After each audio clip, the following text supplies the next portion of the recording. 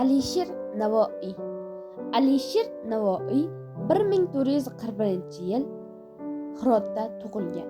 Alisher Navoiy o'z davrining iste'dodli shoiri, davlat arbobi, olim, ko'plab asarlari bilan o'zbek adabiyoti tarixida o'chmas iz qoldirgan buyuk mutafakkirdir.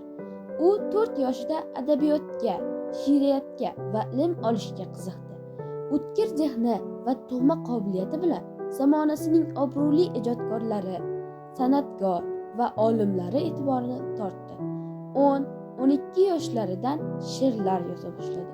Tarixchilarning yozishicha, mashhur shoir Lutfiy Alisherning bolalikda yozgan "Orizin yopqoch ko'zimdan sochilur har lahza yosh, bo'ylagim paydo bo'lur yulduz nihon bo'lg'och quyosh" misralari bilan boshlanadigan g'azalni tinglab, "Agar mumkin bo'lsa edi, men o'zimning forsiy va turkiy tillarda aytgan 10-12 ming she'rimni shu bir g'azalga almashar edim" degan ekan.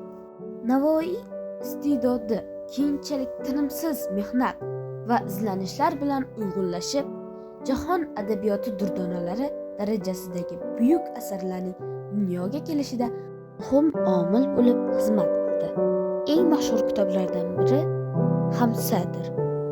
Unda 5 doston, Hayrat ul Abror, Farhod va Shirin, Layli va Majnun dostonlaridan iborat. Alisher Navoiyning qit'alaridan "Ilikka moyil ulki, ishing bor g'ay ilgari, 100 mushkul o'lsa yuqsa, ming oldingda har zamon, 100 safha bir qalam birla, kotib qilur raqam, ming qo'yni bir aso birla, har yon surar shubon devon.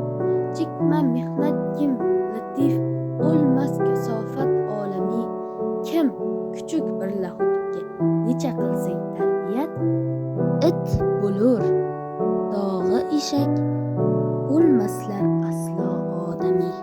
Amol et kasb kim olam uydan, sanga farz o'lmag'ay g'amnoq chiqmoq, jahondin notamom o'tma beyniq, yurur hammomdan nopok